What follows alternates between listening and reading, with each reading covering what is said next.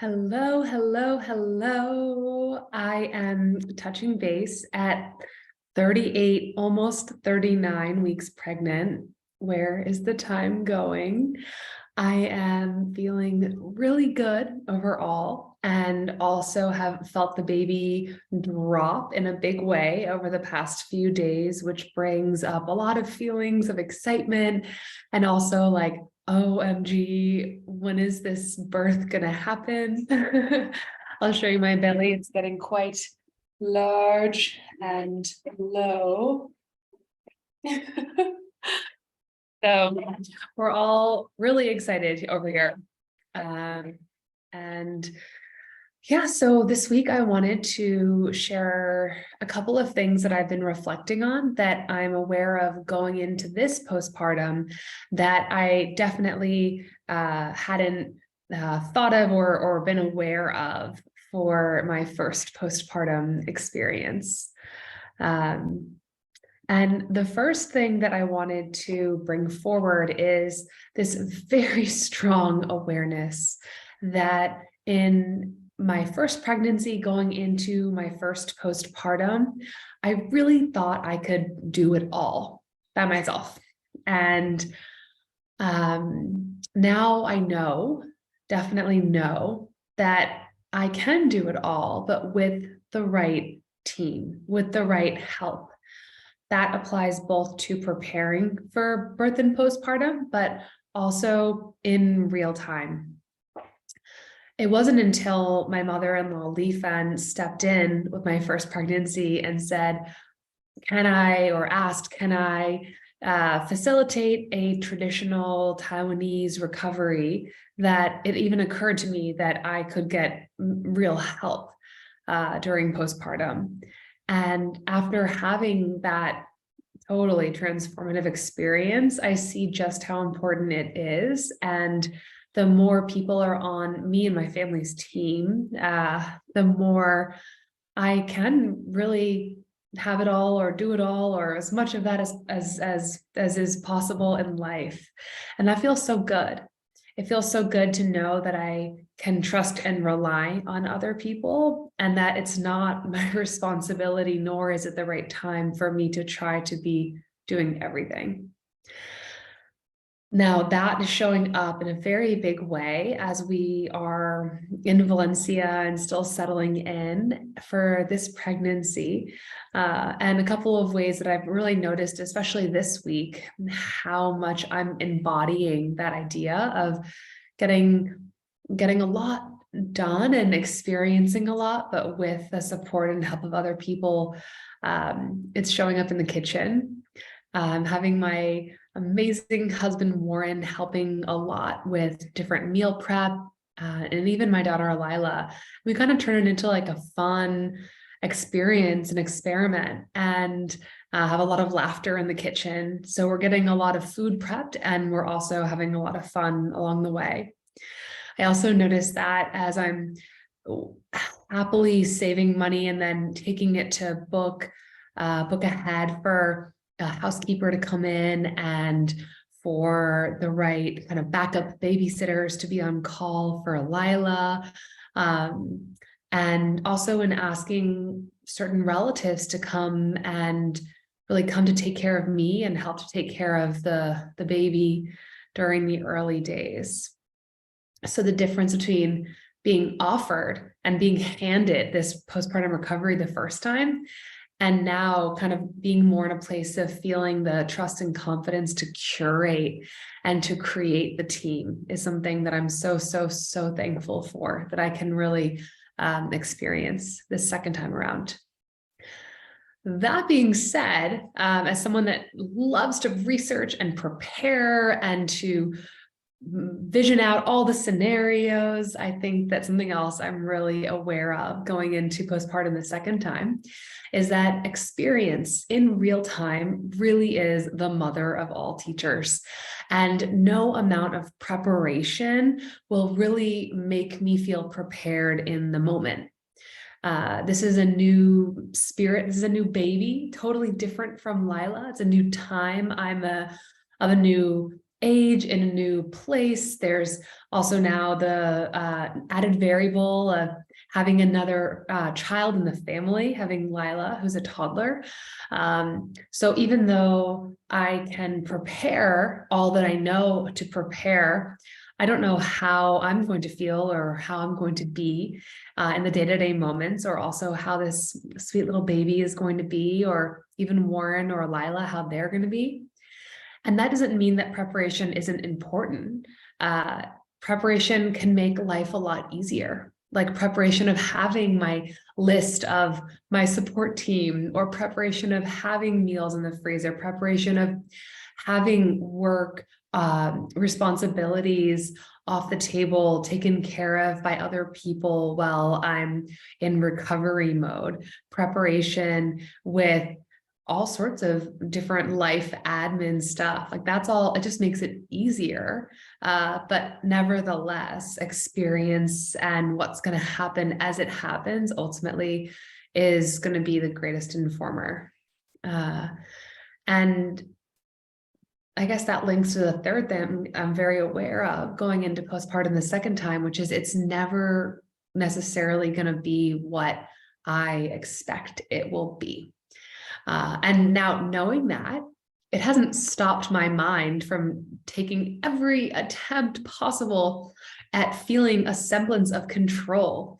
Even now, as I'm about to enter this 39th week, I find myself trying to predict what day the baby's going to come, or trying to predict how the birth will be, or how things will unfold, or all of that, to kind of try to feel somehow like I have control over any of it. I was laughing today because when I walked in the door, Warren asked how I was feeling, and I was like, I feel the baby's going to come very soon. And he was like, if he wants to, as if you saying that, I mean, it doesn't change the fact that this is kind of a co-creative process. And that's really what postpartum is. It's this co-creative experience between the mom, the baby, the family, and then all the people in the community around.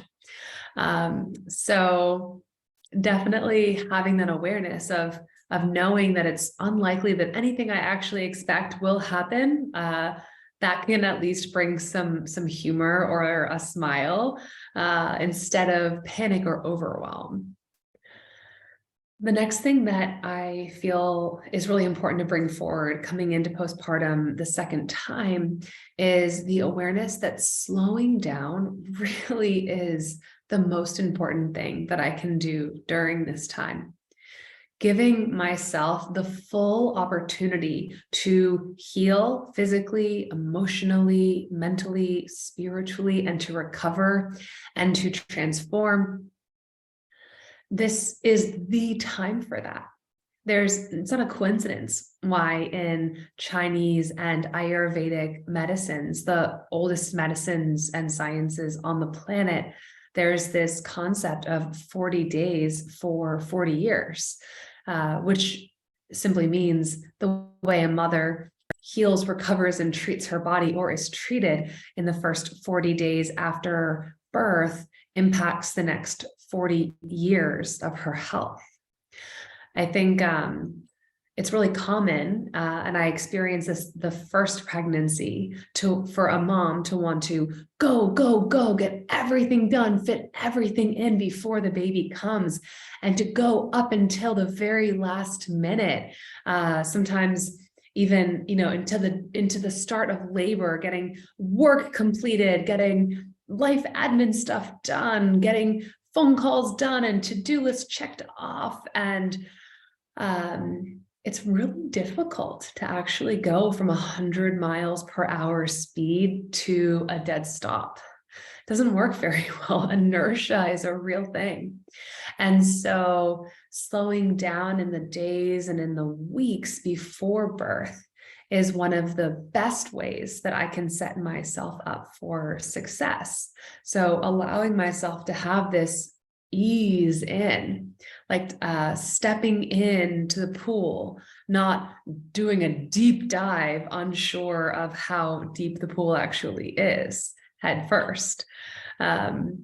And so what I've found that kind of translates for me as someone that, loves a good to-do list is me noticing how many things I'm putting on my to-do list, but then also kind of subdividing into things that I'd like to do, but there's no pressure for me to do.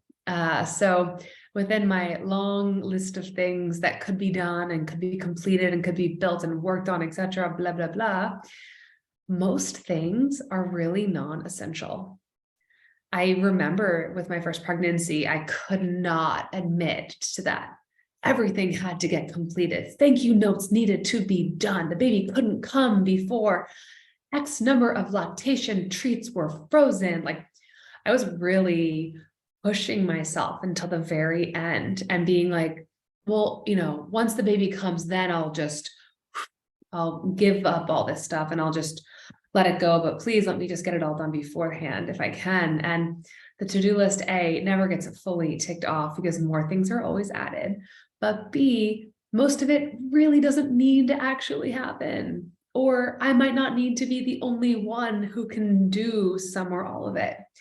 So that's been a huge, huge, huge shift for me. And I just really want to presence that because so many of the women I work with have high-powered jobs or run businesses and really feel this pressure of once the baby comes, who knows what's going to happen. So I better do as much as I can until the very last minute. And that can lead to some challenge from personal experience. I say that.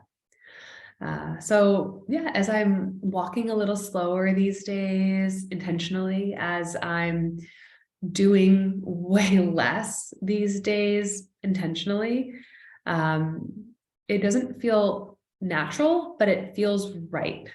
And that's pretty cool. That I think for me is definitely a sign of some sort of progress. And then the last thing I wanted to bring forward today is that going into this second postpartum, what I know in my heart of hearts is that I'm not going anywhere.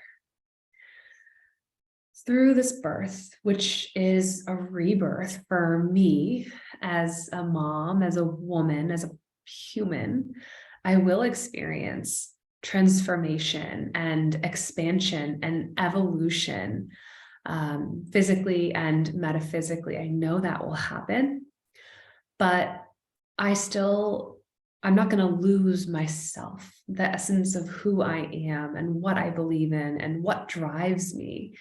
And I remember feeling so much tension in the first postpartum because anytime I allowed myself to relax or to rest for just long enough to really feel relaxed, there would be this voice that would come in my head and try to instill fear. Like, oh, if you allow this for too long, you're just going to turn into a lazy couch potato or a Netflix binger, or you're going to lose your drive, or you're going to lose the part of yourself that has a big vision and lots of dreams for the way that you want to work in this world, or you want to show up. And that voice, I know, had good intentions, trying to protect me and trying to maybe respond to a lot of the cultural messaging that exists around women losing themselves in motherhood. But I now know, at least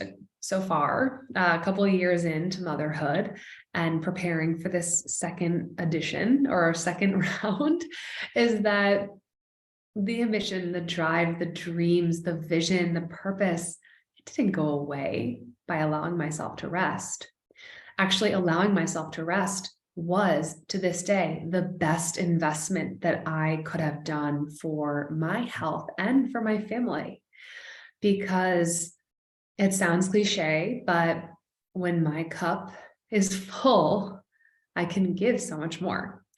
And so I feel so much relief having that trust and that knowledge that although there will be shifts in how I feel and there will be neurobiological changes that are just a part of the matrescence process, in my heart of hearts, who I am is still very centered and very present and very here and will be.